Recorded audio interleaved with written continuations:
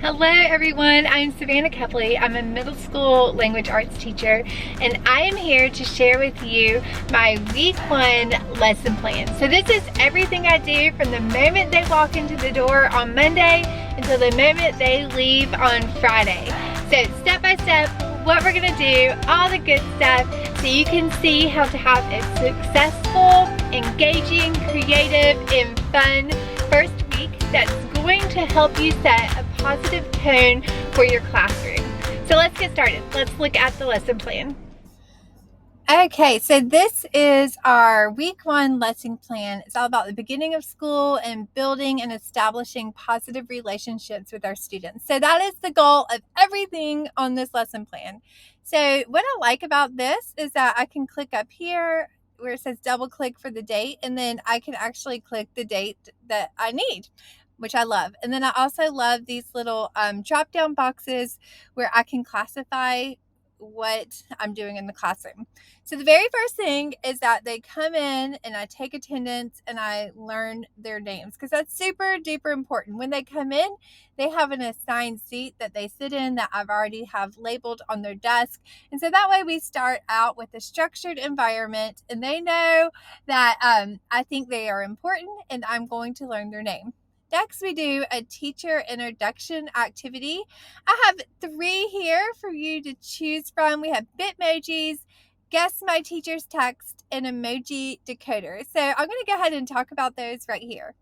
Okay, so I have 3 teacher introduction activities that you can choose from if you are looking for a great way to introduce yourself to your students.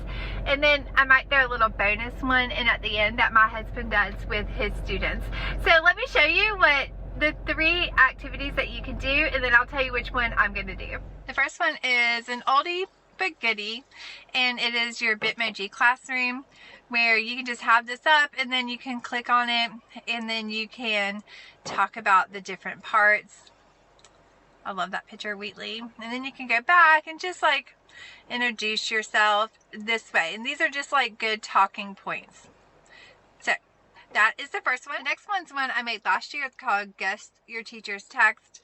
And so what you do is you just type in different responses to questions, and then the students have to guess which one is yours. And then I just go question by question, have them write it down on whiteboards, and then hold it up, and then at the end, not at the end, but after everybody holds up their whiteboard, I show them the right one, and then we go on to the next set of questions. Now, this third option is the one I'm going with this year that I am super excited about. This is called the emoji decoder. And so what happens is students analyze your emoji collection, and then they use the emojis to write your bio. And so, for example, this is my emoji collection. So this is like, I love to read books and drink coffee. I love to travel. I've been teaching 19 years. I've been married 20 years. I love to run. In fact, I ran in college. I have 2 cats. Christmas is my favorite season. I love naps. I love big hair. Summer makes me think of swimming and the beach. I am the oldest of my siblings. I like to wake up early. Clothes make me happy. This is supposed to be Brussels sprouts, but Brussels sprouts, broccoli, I think are disgusting. But I am a pescatarian. So I'm going to have this up on the Promethean board or Smart board or whatever I have in my classroom next year. And then students are going to work together to write my biography based on just this. So they're going to have to put all the pieces together to try to figure out who I am as a person and teacher. I have a little bonus for you. I'll share with you what my husband does in his classroom. He actually plays Kahoot, and he puts up just things about him, and they have to guess which one is correct. And he likes that, and they seem to enjoy that in his classroom. So I feel like these are amazing. They're my jam. If you're an ELA Unlimited member, they are right there hyperlinked on the lesson planning guide, ready for you to use. Right, so after we do that teacher introduction activity, it's time to really establish and set the tone for your classroom. And so I do that by explaining my top 5 classroom expectations. And I'm going to talk a little bit more about that right here. So one of the first things I do is set my expectations, because we cannot get irritated at our students if we never tell them what we expect, like explicitly what we expect, and then stick to it, right? So we have to like set those expectations. So let me show you my 5 basic expectations that I share on day 1 with my students. So here are my Google Slides, and let me tell you, I love a good Google slide. All right, first one, we are ready to learn. So on time, minimizing restroom breaks, prepared with materials, and they stay awake during class. Okay, I want to talk about this one called stay in your work area. So I have a very collaboratory classroom. So we collaborate a lot. It's like laboratory and collaboration together. So we collaborate a lot and we do a lot of things, but my expectation is they stay in their work area. So I have trash cans on their table, so we keep trash at their table. They use pens, so they do not get up and sharpen their pencils, because it's never about getting up and sharpening your pencils. It's about distracting people. And then raise your hand if you need something. I do not want to be mobbed like I am Taylor Swift at that moment. So in the classroom, I will come to you. You do not come to me. This one's pretty self-explanatory. Their electronics have to stay out of sight. Book bag put up, I don't see it. I don't see AirPods in their ears, and their smartwatches are actually being used as a watch. So for me, this one is super important. We are keeping our communication respectful and appropriate. So for that means for my classroom, we avoid those side conversations. What I call it in my classroom is talking across tables. We can talk to our table friends, but we are not talking to other people. We're not blurting out, and we are keeping negative thoughts. We all have them. It's okay. We have negative bias sometimes. We're keeping those on the inside. We are not blurting those out. And you have to be super, super consistent with this. So if you see people talking across tables or blurting out, stop it. Just be like, no, we're not doing that in this classroom. And when you set the expectation, they will meet the expectation. This is my final big expectation, and then I have routines and procedures that help support these, but this is super important, and it's maintaining that positive environment. What we put out, we get back. So we want positivity in our classrooms. We don't want it to be a place that brings us down and brings other students down. So in order to create that positive environment, we are respectful of differences. We don't all have to agree with each other, but we keep our negative comments on the inside, and we say, you do you, I'll do me. That's okay. We celebrate accomplishments, even if it's not our best friend. We are clapping, and we are happy when people succeed. And that leads into the final one. We encourage each other. And so that begins with you. You're setting that expectation. When you do it, they will do it, and you will have a positive classroom. I promise. All right, so after that, I'm going to teach them the focus back procedure, because we're getting ready to do a super fun icebreaker activity, and I want them to have fun, but I don't want to yell over them and it to be chaotic. So I need to teach them how to focus back on me, and I'm going to go ahead and talk about that right here. So we've all seen those super cute elementary school teachers with the wireless doorbells. If you haven't, let me show you what it looks like. Right here. It comes with that big part, you plug it into an outlet, and then that little part you hold on to. So we all seen them, and now you need to know how to use it in your middle school classroom. So what I do is I ring the bell, and then I say focus up here in 5, focus up here in 4, focus up here in 3, focus up here in 2, and then my expectation is by the time I get to focus on me by 1, that everybody's eyes are on me. And so, like all things with classroom management, it does not magically happen. So what we have to do that first week of school, day 1, we practice the focus back procedure. So I ring my little doorbell, and I'm like, focus back here in 5, focus up here in 4, focus on me in 3. And then we practice it. I make them talk, we do it. I make them talk, we do it. We do it until they are trained, and they do it every single time. I don't start and move on until we have this down. How to focus back. We are going to do our fun icebreaker activity. Now, I do have 3 here for you to choose from. Pipe Cleaner Creations, which is where they create an what is it called? Like an animal, or they create an object out of 2 pipe cleaners, and then they have to describe it. by giving it a personality and a name, and they share it with the class. We have personalized table tents, where that's a fun one as well, where they just talk about themselves and they create a table tent that they can use in the classroom. And then finally, the one that I'm going to be using is Gamecraft this year, and so let me show you what that looks like. At first, we have Gamecraft. When I worked at the YMCA and when I went to NCAT this year, we did something similar. So I was like, I'm going to do that with my kids.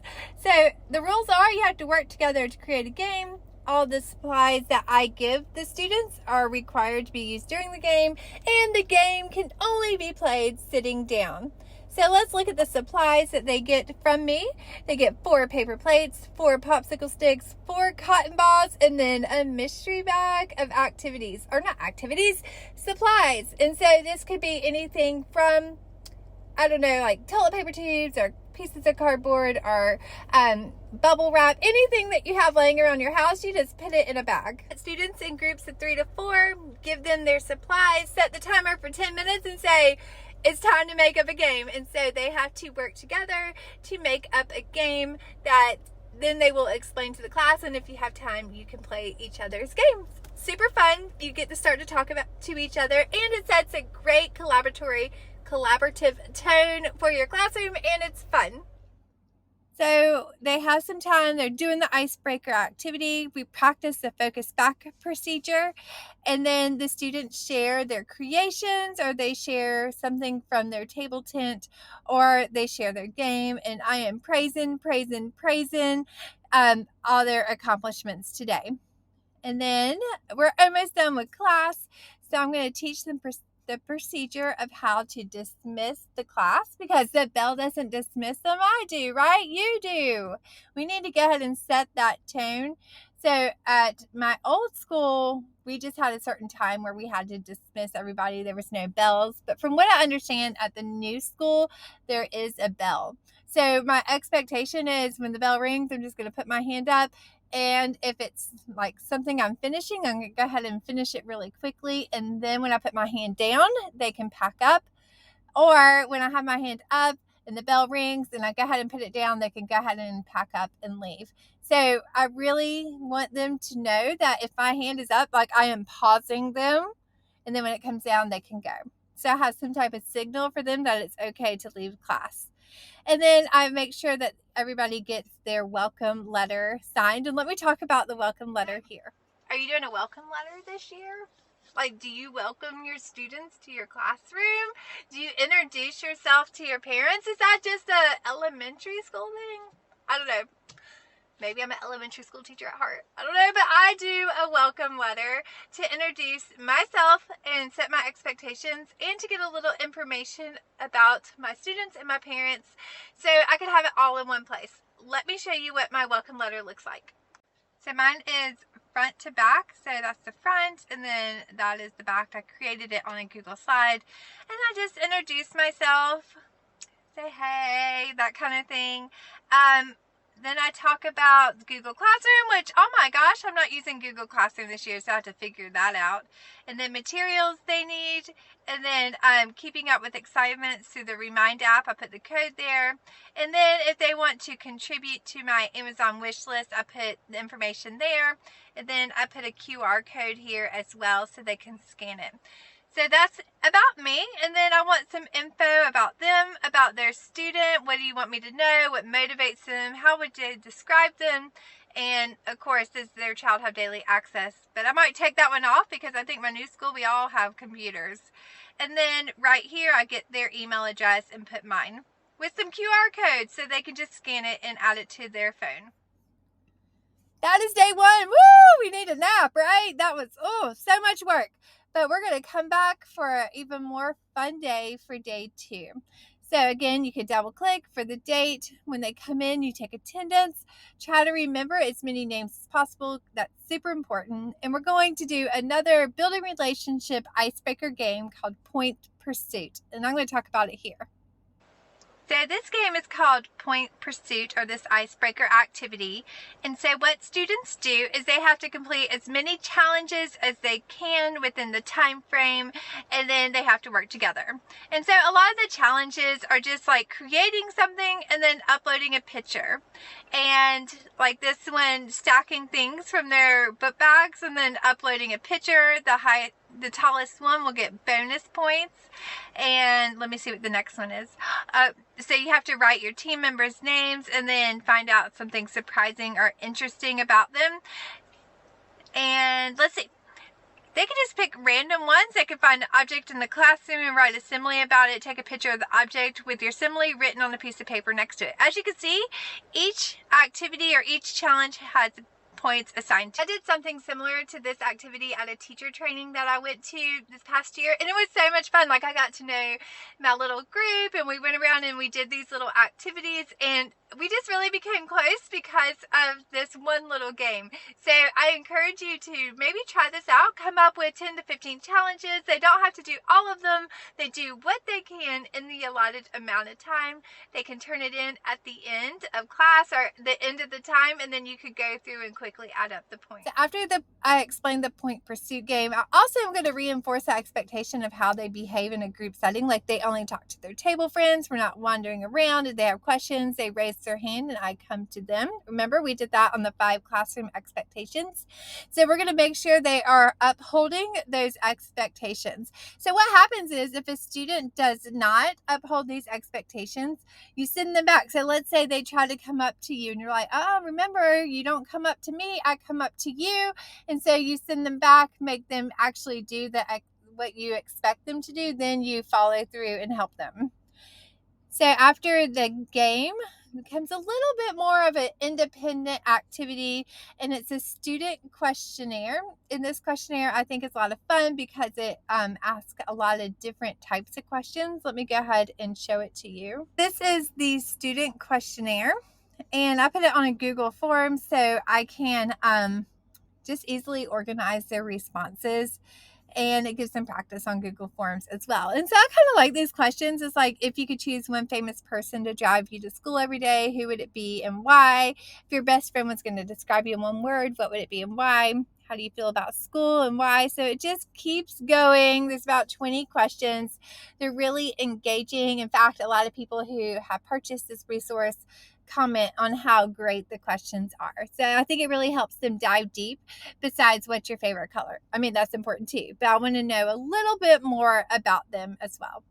So that is the student questionnaire, and it's a great time to have some quiet, peaceful time in your classroom and really start to set the expectation of independent work time and what that looks like in your classroom. Independent work time in my classroom looks like students are working independently. We're not talking across tables. They're focused on what they are doing. When students finish questionnaire, that's if they did not finish it in the classroom, it is going to be their homework. And they also need a water bottle and notebook for class tomorrow, because we're going to start getting into the nitty gritty of class in our routines and procedures. So now we are on day 3, Wednesday. And this is where we really start teaching some flow things, like how your classroom is going to flow. So the very first thing I do is I have an agenda slide posted. Let me show it to you. So this is my old one. I am making new ones this year, but I want to go ahead and show it to you so you can get the gist of it. So when they come into the classroom, it has everything that they need to get out. And then it also has a 3-minute timer. And I have this up at the very beginning of every single class period. So it's all about setting those routines and expectations so you can have a calm classroom environment. And what I do is I am a teacher that rewards students for meeting my expectations. That works for my teaching style. Yes, I have expectations, but I also want to make it fun and engaging, and I want them to be there, and I want them to feel positive about themselves. And so I do that with a little extrinsic motivation. And for my first classroom incentive, I just do tickets or yellow squares of construction paper cut out. And so when students come into the classroom and they're doing what they're supposed to, I I give them a ticket. And y'all, I make it rain tickets. They like it. Okay. So after they come into the classroom, I'm going to have that agenda slide posted. And what I need to do is I need to teach them how to come into the classroom and how to set up their notebook for the day. So I have this agenda slide posted. But if you have been teaching for a while, you know that they're not going to do anything. They're not going to get things out. So what we have to do is we actually have to teach the procedure of how to come into the classroom and set up their notebook for the day. So I tell them my expectations is that they will get this stuff out during this time period. And so what we do is we practice just like with everything else.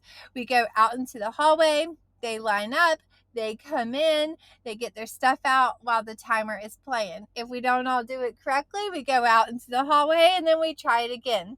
What I do on my end is I praise people who are doing it correctly. I'm like, thank you, Kimora, for getting all your stuff out. I love how you have your notebook out. And thank you, so-and-so, for getting your stuff out. Thank you. And I'm giving tickets, right? And so it reinforces what I want them to do. So everybody wants positive praise, and so everybody will jump on board.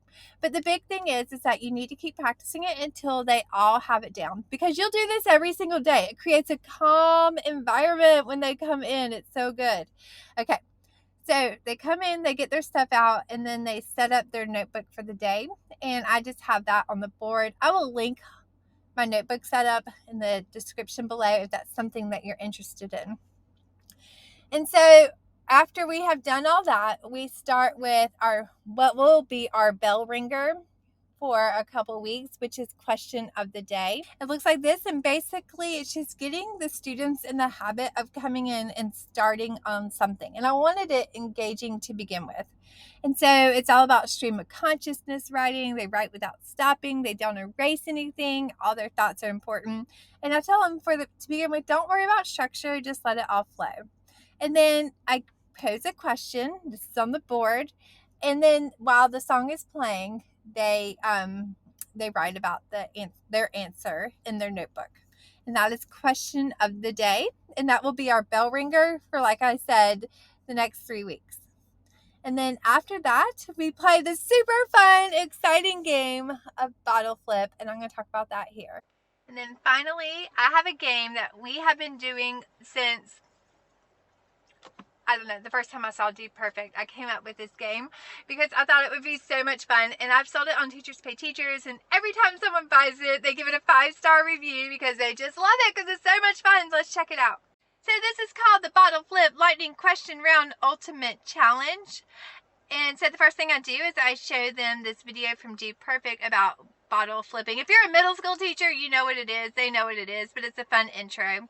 And then I give them instructions. So here's how you play the game. The oldest goes first. If they flip the bottle and it lands upright, then that student gets 2 points.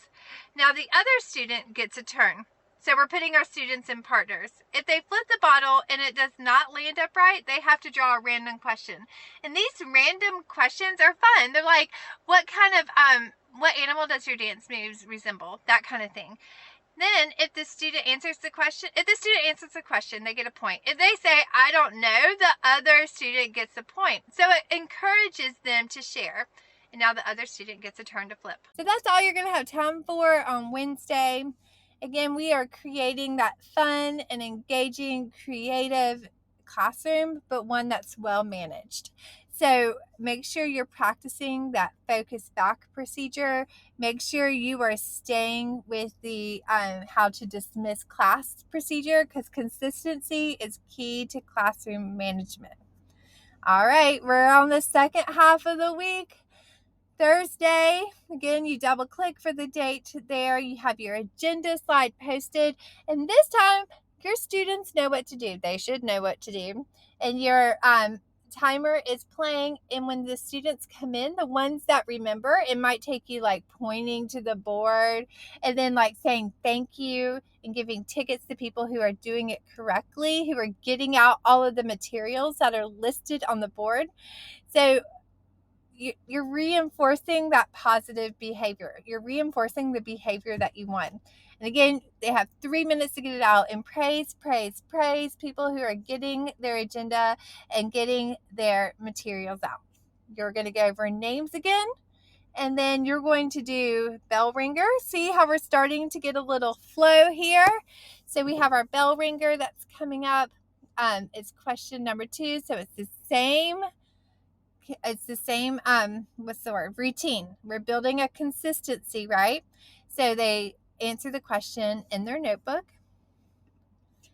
And then we're going to do a fun getting to know you activity. I have 3 listed here, an all about me 1-pager that looks like this, alpha autobiographies that look like this, and then probably the one that I'm going to do is the digital collage that looks like this, except I'm only going to do probably slide 1 that has the poem and the digital collage with it. And then for homework, they're going to complete this activity. As a tip, if you are doing this digital collage and even the 1-pagers and alpha autobiographies, you can print them out and create a bulletin board with them. And that's a great first week of school thing to do. All right, we are in our final day. You made it a whole week. So exciting. You're exhausted, but you're happy because you are creating that positive, engaging classroom for your students, and they are just loving you. And so they come in. Look at that. We're having consistency. You have that agenda slide posted. You reward students with a ticket that come in and follow it. You thank them for following your expectations. You're setting that positive tone. When students see you thank other students, they want to be thanked as well, so they will get their stuff out. It just happens, I promise. You go over their names. Hopefully you have them all by now. Look at us building our routine. We're into our bell ringer. The students should be familiar with the flow now. So you're doing question number 3 at the bell ringer. And then it's time for our first mini lesson, which we're doing a digital etiquette mini lesson. Let me show you what it looks like. So with this mini lesson, what we are focusing on for me is that email and discussion board techniques. So I'm focusing on today is the email portion of digital etiquette. Have you gotten the emails that are all in the subject lines? Yes. Have you gotten emails that no one signed name? There's no capital letters, nothing? Yes. So we want to make sure students know our expectations for email. And then we reinforce it with this fun little email activity. So here is the email activity. They just pick one of these prompts and then they have to email it to you following the procedure that they just learned in this digital etiquette mini lesson. Also, with this digital etiquette mini lesson, you can have them take notes or you can print the slides and put them in their notebook. It's up to you and then your classroom style and what your students feel comfortable with. Like I have several inclusion classes where we would print the notes and they would highlight what was important and then just glue it into their notebook. And that worked for them. And then if they don't finish, that will be homework. Woo, yay, you did it. Yay, week 1 is in the books and we are feeling good. So that's it. That is your first week. It looks like a lot and you don't have to do all the things, but that's what I'm going to do. If you're like, these lessons look great, these activities look great, where can I get them? Don't worry, I got you. I have a website called ELA Unlimited where you can download exactly what you need. Everything that's hyperlinked in that Google Sheet lesson plan is there for you to download and use as you need. So you can go on, download what you want, use it for your classroom. It's called ELA Unlimited, so there's unlimited downloads. It's perfect for middle school language arts teachers who are standards-based teachers like myself, who like creativity and excitement in their classroom. So I'll link that below. I also have a Teachers Pay Teachers. Not everything that is on the first big planning guide is on Teachers Pay Teachers because I have to keep some things exclusive, right? So you can check out my Teachers Pay Teachers store as well, and I will link that below. And I hope you have a great first week. Please let me know if you have any questions, and I will talk to you later. Bye.